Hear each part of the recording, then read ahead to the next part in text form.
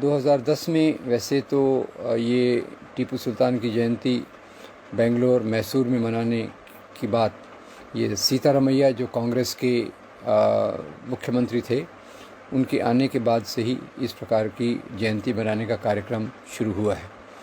तो इस उनकी जयंती को मनाने के लिए बाकी जो ख़ास तौर से भारतीय जनता पार्टी, जो वहाँ एक बहुत बड़ी पार्टी है, उसने इसका विरोध किया। अब पहले मैं इसी को बता दूं कि उनका विरोध क्यों किया गया, उसके पीछे क्या उनकी नीयत है और टीपू सुल्तान के बारे में क्या क्या निगेटिव नकारात्मक बातें कही जाती हैं जो पूरी तौर से गलत हैं। इसको पहले मैं उल्लेख कर दूं। एक बात तो ये है, जैसे आप जानते होंगे, अभी कर्नाटक के जो मुख्यमंत्री हैं और जो पहले भी रह चुके, बीच में करप्शन के कारण उनको हटाया गया, और तो 2000 पहले वो एक बार उन्होंने अपने चुनाव की रैली में टीपू सुल्तान की टाइप टोपी, तलवार निकाल कर फ़ोटो खिंचाई थी और उनका उद्देश्य था कि इस माध्यम से वो वोटों को बटोर सकेंगे। और वही व्यक्ति जब बाद में मुख्यमंत्री बने तो उस समय तक हालात बदल गए थे और उन्होंने टीपू सुल्तान की जयंती मनाने का विरोध किया और टीपू सुल्तान के अपमान में भी बहुत सारे शब्द कहे। वैसे आपको याद दिला दूं कि आरएसएस जो भाजपा का कंट्रोलिंग ऑर्गेनाइजेशन है, इसका पित्र ऑर्गेनाइजेशन है, उसने 1970 में भारत भारती नाम की एक सीरीज़, जो एक पुस्तक थी, वो टीपू सुल्तान पर थी। तो शुरू में तो उन्होंने टीपू सुल्तान को काफ़ी ब्रिटिश विरोधी एक राजा के रूप में प्रस्तुत किया, पर बाद में जैसे अभी सांप्रदायिक राजनीति बढ़ रही है तो उन्होंने इस प्रकार की बातों को अभी कहना चालू कर दिया। पहले इसका उपयोग आरएसएस भारत भारती सीरीज़ के माध्यम से एक पुस्तिका को ला चुकी है, और जो अभी कर्नाटक के मुख्यमंत्री हैं उन्होंने भी इसी प्रकार की बात को पहले दोहराया था, पर बाद में खैर उनकी विचारधारा बदल गई और वो एक दूसरे प्रकार से अपनी बात को रखने लग गए। मज़ेदार बात यह है कि अभी कुछ सालों पहले भारत के राष्ट्रपति रामनाथ कोविंद जी ने भी टीपू सुल्तान के जयंती पर एक स्टेटमेंट जारी किया कि टीपू सुल्तान अंग्रेज़ों के ख़िलाफ़ बहुत बहादुरी से लड़े। अब ये मज़ेदार बात है कि रामनाथ कोविंद खुद आरएसएस के प्रोडक्ट हैं, जो लगातार भाजपा के समर्थक रहे हैं और जिन्होंने इसी भाजपा के समर्थन के आधार पे ही भारत के राष्ट्रपति बने। अब एक तरफ तो उन्होंने कहा कि टीपू सुल्तान एक महान योद्धा थे जिन्होंने अंग्रेज़ों के ख़िलाफ़ लड़ाई लड़ी, दूसरी तरफ उनकी पार्टी के जो दो बाकी लोग थे उन्होंने कहा कि भाई केंद्र में बीजेपी ये राष्ट्रपति जी हैं, पर उनको ये जानकारी दी है वो राज्य की सरकार ने दी है, और राज्य की जो सरकार है वो कांग्रेस के लीडरशिप में है, इसलिए इस प्रकार की बयानबाजी राष्ट्रपति जी ने की।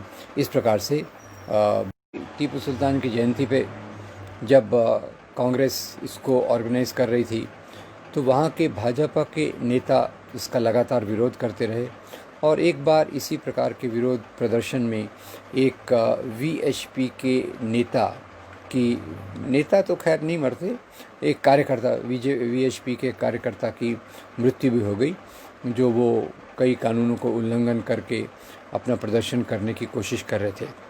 तो एक तो बात हो गई जहाँ तक बीजेपी का रवैया है, आरएसएस का रवैया है, वो कैसे पिछले कुछ सालों में टीपू सुल्तान के विरोध में आया है। लगाए जाते हैं, जो लांछन लगाए जाते हैं, जो उनका विरोध किया जाता है, उसके बारे में मैं आपको थोड़ा बता दूं कि एक ऐसा प्रोपेगेंडा किया गया है कि टीपू सुल्तान ने अपने राज्य में धर्मांतरण के लिए हज़ारों ब्राह्मणों का कत्लेआम किया। एक बात ये कही जाती। दूसरी बात कही जाती है कि उन्होंने कन्नड़ भाषा की उपेक्षा करके पर्शियन भाषा को राज्य के भाषा के रूप में इस्तेमाल किया। तीसरा कहा जाता है कि उन्होंने कुछ कम्युनिटीज़ जो हिंदू हैं उन पे अत्याचार किया, और ज़्यादा तो एक आक्रामक था, एक बलात्कारी था, उसकी जयंती क्यों मनाई जाए। तो उनके खिलाफ़ एक लंबी लिस्ट है उनके ऊपर आरोप लगाने की, हिंदू विरोधी होने की आरोप लगाने की, मंदिर तोड़ने के विरोध की का आरोप लगाया जाता है, ब्राह्मणों का कत्लेआम, इस्लाम का प्रचार, ये सब चीज़ें उनके खिलाफ़ कही जाती हैं। पर मैं आपको बता दूं कि ये सब जो है प्रोपेगेंडा, ये सांप्रदायिक राजनीति का परिणाम है जिसकी जड़ें अंग्रेज़ों ने यहाँ डाली थी। इस पर मैं बाद में आऊँगा। पहले हम ये देख लें कि टीपू सुल्तान थे कौन, उनका जीवन और कार्य किस प्रकार से रहा है, और उन्होंने अपने जीवन में किस प्रकार से राज्य किया, किस प्रकार से लड़ाइयाँ की। और ये बात की शुरुआत मैं उनके जीवन की अंतिम बात से शुरू करता हूँ। टीपू सुल्तान 1799 में 4th एंग्लो मैसूर वॉर में मारे गए। यानी ये भारत के कुछ राजाओं में हैं जो अंग्रेज़ों से लड़ाई करते समय युद्ध के मैदान में मारे गए। तो यहाँ हमें क्या याद रखना है, 1857 की लड़ाई तो बाद में हुई, उसमें भी कई राजा अंग्रेज़ों के साथ थे, ज़्यादा राजा अंग्रेज़ों के ख़िलाफ़ थे, और उसमें भी कुछ राजाओं ने बलिदान किया और वो उनका एक अपना योगदान है। पर टीपू सुल्तान वो पहले राजा थे जिन्होंने अंग्रेज़ सत्ता का विरोध किया, और उसी विरोध के कारण वो लड़ते हुए मारे गए। दूसरी बात ये बता दूं कि अंग्रेज़ों के भारत में आने का जो खतरा है, उससे जो खतरा हो सकता है, उसमें टीपू सुल्तान उसको पहचानने वाले शायद सबसे पहले शासक थे। और उन्होंने यहाँ तक कहा, क्योंकि उनकी लड़ाई उस समय एक तरफ मराठा राजाओं से जो पूना महाराष्ट्र में राज्य करते थे, और दूसरी तरफ जो निज़ाम हैदराबाद थे उनसे उनकी लड़ाई थी। अब यहाँ पहले इसी को नोट कर लीजिए कि ये लड़ाइयों में हिंदू मुसलमान का कोई मामला नहीं है। दोनों पड़ोसी राज्य हैं, एक तरफ महाराष्ट्र पुणे जहाँ मराठा शासन है, दूसरी तरफ हैदराबाद जहाँ निज़ाम का शासन है। तो दोनों से उनका संघर्ष, उनकी लड़ाई, उनका टकराव थी। क्योंकि देखा जाए तो राजाओं की लड़ाइयाँ कोई इंसानियत के मूल्यों के लिए नहीं होती। राजाओं की लड़ाइयाँ जो होती हैं वो अपने राज्य के विस्तार के लिए, संपत्ति की प्राप्ति के लिए और दूसरे प्रकार के गौरव के लिए वो लड़ाइयाँ होती हैं। तो इसमें भी कोई एक धर्म का कोई आधार नहीं है जिस प्रकार से आज लोग सोचते हैं। दूसरी बात ये देखिए कि उन्होंने एक तरफ निज़ाम हैदराबाद, दूसरी तरफ मराठा पेशवा महाराष्ट्र के राजा को कहा कि भाई देखिए, हम अपने झगड़े आपस में निपट लेंगे। पर जहाँ तक अंग्रेज़ों का सवाल है, अंग्रेज़ों के ख़िलाफ़ हमें एकजुट रहना चाहिए। ये एक विदेशी ताकत है जो यहाँ राज्य करके हमारे ऊपर दूसरे प्रकार के अत्याचार कर सकती है। तो देखिए, 18वीं शताब्दी के मध्य में जब ईस्ट इंडिया कंपनी एक के बाद एक राजाओं को हरा के अपने राज्य का विस्तार कर रही थी, अपनी जड़ें जमा रही थी, उस समय टीपू सुल्तान ये वार्निंग उसी समय यहाँ दे देते हैं। अब दूसरे जो उन पे आरोप लगाए जाते हैं, उसके पहले उनका मूल्यांकन करते समय देखना चाहिए। वैसे तो एक बात मैं मानता हूँ कि आज लोकशाही का ज़माना है, डेमोक्रेसी का ज़माना है, लोकतंत्र का ज़माना है। आज के समय हम राजाशाही के उसूलों से नहीं चल सकते, राजाशाही के असूलों से नहीं चल सकते, क्योंकि राजाशाही के असूल, उसमें राजा ही कानून बनाता था, राजा ही कानून लगाता था, राजा ही कानून का इम्प्लीमेंटेशन करता था। वो एक अथॉरिटेरियन व्यक्ति होता था। तो मैं जहाँ तक राजाशाही की गुणगान की बात नहीं कर रहा, पर मैं इसलिए इस विषय पर बात कर रहा हूँ क्योंकि आज जो भी मुसलमान शासक यहाँ हुए, सब मुसलमान शासकों को बदनाम करके एक प्रकार से आज के मुसलमानों पर उनका प्रतिबिंब डालकर आज के मुसलमानों के खिलाफ़ नफ़रत पैदा करने की एक राजनीति चल रही है। मेरा क्या उद्देश्य है टीपू सुल्तान या औरंगज़ेब या अकबर के बारे में बातचीत करके, तो मैं बताना चाहता हूँ, कोई सभी राजा एक सरी के नहीं होते। हर एक राजा में खूबियाँ होती हैं, कमज़ोरियाँ होती हैं, अच्छी बातें होती हैं, बुरी बातें होती हैं। पर उनको जो राज्य सत्ता थी, राज्य सत्ता मुख्य रूप से ये राज्य के लिए, सत्ता के लिए, संपत्ति के लिए, for the sake of power और वेल्थ किया जाता था। उसको धर्म से जोड़ना गलत है, और इसीलिए इन राजाओं में कई राजा ऐसे हो गए जिनका हम बहुत आदर करते हैं, और वो आदर उनकी कोई एक खास विशेषता पर होनी चाहिए। मैं उस बात को पहले ले आऊँगा, और इसके लिए कर्नाटक के ही एक महान कलाकार जो क्या नाम है उनका, जो बहुत सारे प्ले राइट्स और इसमें आए, गिरीश कर्नाड का कहना था कि अगर टीपू मुसलमान नहीं होते तो कर्नाटक में उनको वही जगह दी जाती जो महाराष्ट्र में शिवाजी महाराज को दी जाती है।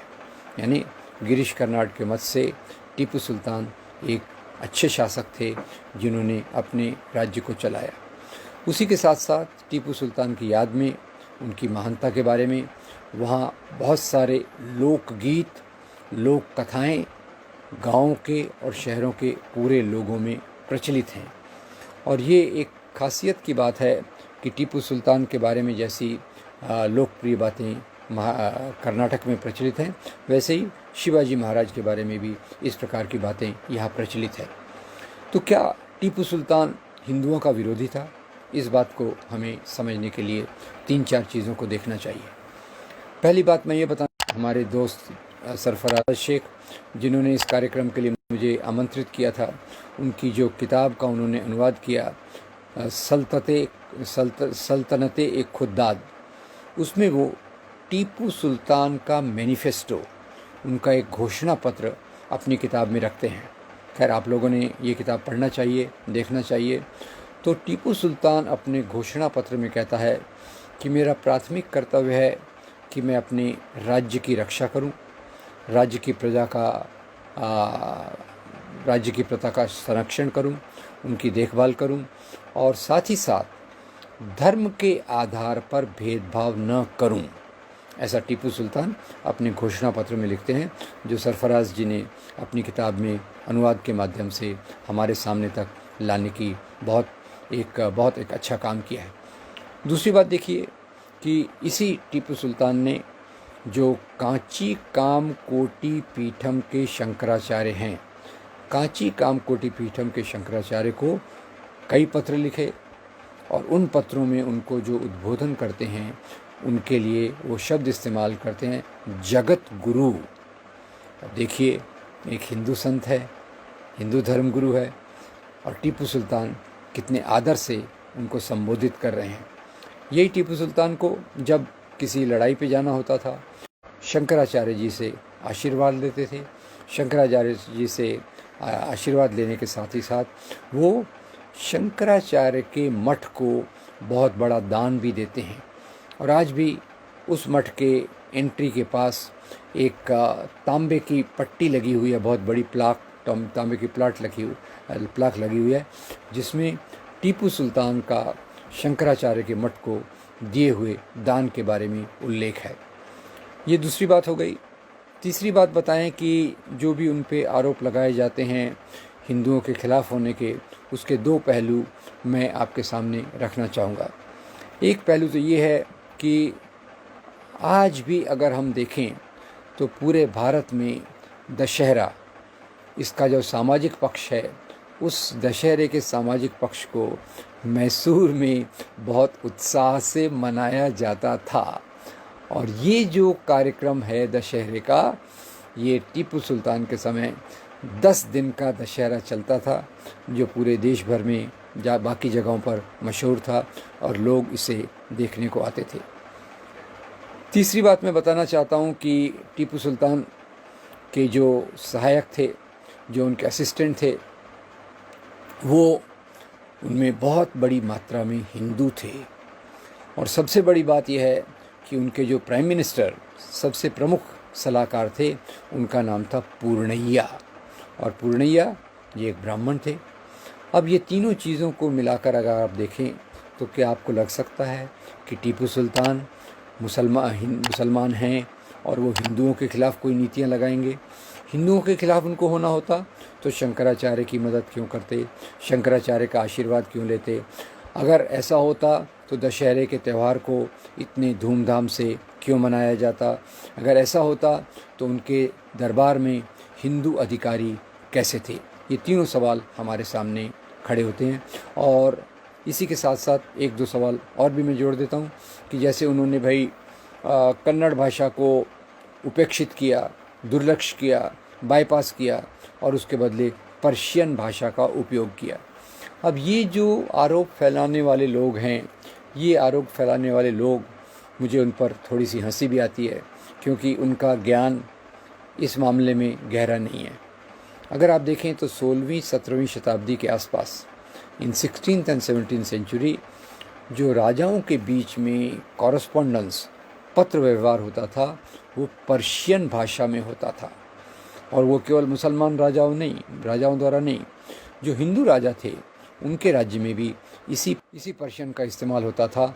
और ये आपको देखना पड़ेगा कि जैसे हमारे महाराष्ट्र में छत्रपति शिवाजी महाराज थे, तो छत्रपति शिवाजी महाराज के दरबार में भी मौलाना हैदर अली थे। और मौलाना हैदर अली ये शिवाजी की महाराज की तरफ से पत्र व्यवहार का काम करते थे, क्योंकि उस समय पर्शियन में ये पत्र व्यवहार होता था, इसीलिए इस प्रकार का काम उनको करना पड़ता था। पर्शियन उस समय राज दरबार की भाषा थी और उसके कारण उसका इस्तेमाल होता था। ये कोई कन्नड़ा को उपेक्षित करने का सवाल नहीं था। हमारी क्षेत्रीय भाषाएं थी, पर राजाओं का जो आपस में कॉरस्पॉन्डेंस था उसके लिए पर्शियन भाषा का ही इस्तेमाल होता था। अब तीसरा एक ऐसा कहा जाता है कि भाई उन्होंने कई हिंदू समुदायों पे बहुत अत्याचार किए।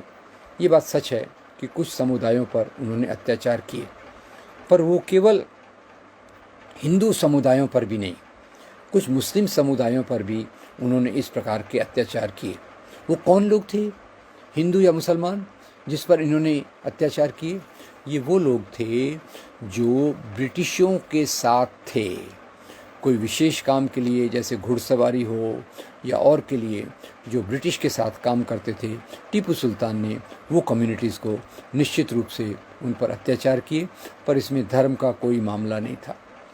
और अंतिम बात जो कही कि भाई इतने सारे ब्राह्मणों का कत्लेआम किया, इतना धर्मांतरण किया, तो देखिए उनके मैनिफेस्टो में ये बात लिखी हुई है, जो सरफराज की किताब में है, कि भाई मैं अपने राज्य में लोगों के खिलाफ धर्म के आधार पर भेदभाव नहीं करूँगा। ये बात उन्होंने उस समय कही थी। तो इन सब बातों से लगता है कि ये जो पूरी बातें हैं ये मनगढ़ंत हैं। वो कैसे आई उसको हम देखने की कोशिश करेंगे। और ये कहा जाता है कि ब्रिटिश जनरल्स के पास कुछ पत्र हैं टीपू के लिखे हुए, जो ये सिद्ध करते हैं कि वो हिंदुओं के विरोध में थे। इसमें भी मुझे बहुत शंका लगती है, क्योंकि अगर ब्रिटिश जनरल्स के पास वो पत्र है तो उन्होंने वो उपलब्ध क्यों नहीं कराए, उन्होंने वो इतिहास का हिस्सा क्यों नहीं बनाया? तो सरल बात है कि ये अंग्रेज़ लोग उन राजाओं के खिलाफ खड़े थे जो अंग्रेज़ों की सत्ता के खिलाफ थे। अब देखिए 1857 की लड़ाई भी हुई, कई हिंदू राजाओं ने अंग्रेज़ों का साथ दिया, जैसे ग्वालियर का सिंधिया परिवार। अगर आप मणिकर्णिका झांसी की रानी के बारे में देखें तो आखिर में उसको जो मदद चाहिए थी सिंधिया परिवार से, सिंधिया के राजवंश से, वो नहीं मिली। अब तो बात यही है कि ब्रिटिश लोगों ने दो काम किए। एक तो वो राजा जो उनके खिलाफ खड़े थे, जो उनके खिलाफ संघर्ष कर रहे थे, उसमें ब्रिटिश लोगों ने, और इसी बहाने हम ये देखेंगे कि टीपू सुल्तान, जहाँ एक तरफ उसके दरबार में हिंदू भी थे, मुसलमान भी थे, और उसमें ये बात बिल्कुल स्पष्ट थी कि टीपू सुल्तान एक यहाँ के ये थे, और उनका ज्ञान और उनका जो तकनीक था, इसके लिए भी उनको याद रखा जाना बहुत ज़रूरी है, क्योंकि जो पहली मिसाइल्स का विकास किया, अब ब्रिटिश तो बाद में आए, साइंस टेक्नोलॉजी बहुत बाद में आई, पर अपने समय पे, अपने हिसाब से, अपनी समझदारी से, अपनी विद्वत्ता से टीपू सुल्तान ने पहली मिसाइल का विकास किया, जो उन्होंने अंग्रेज़ों के ख़िलाफ़ लड़ाई में इस्तेमाल करने की बात रखी थी। तो ये सब चीज़ें उसके साथ है। और ख़ास तौर से जो आज मुसलमान राजाओं को बदनाम किया जाता है कि उन्होंने धर्मांतरण के लिए काम किया, तो मैं आपको ये बता दूं कि टीपू सुल्तान ने इस प्रकार का ब्राह्मणों का कत्लेआम करने की कोई उनका मंशा नहीं थी। और सरल बात यह है कि राजा लोग कोई धर्मांतरण के लिए काम नहीं करते थे। भारत में जो भी इस्लाम फैला वो मेल जोल से फैला। For more updates, subscribe to our channel, click the show links and enjoy watching the videos.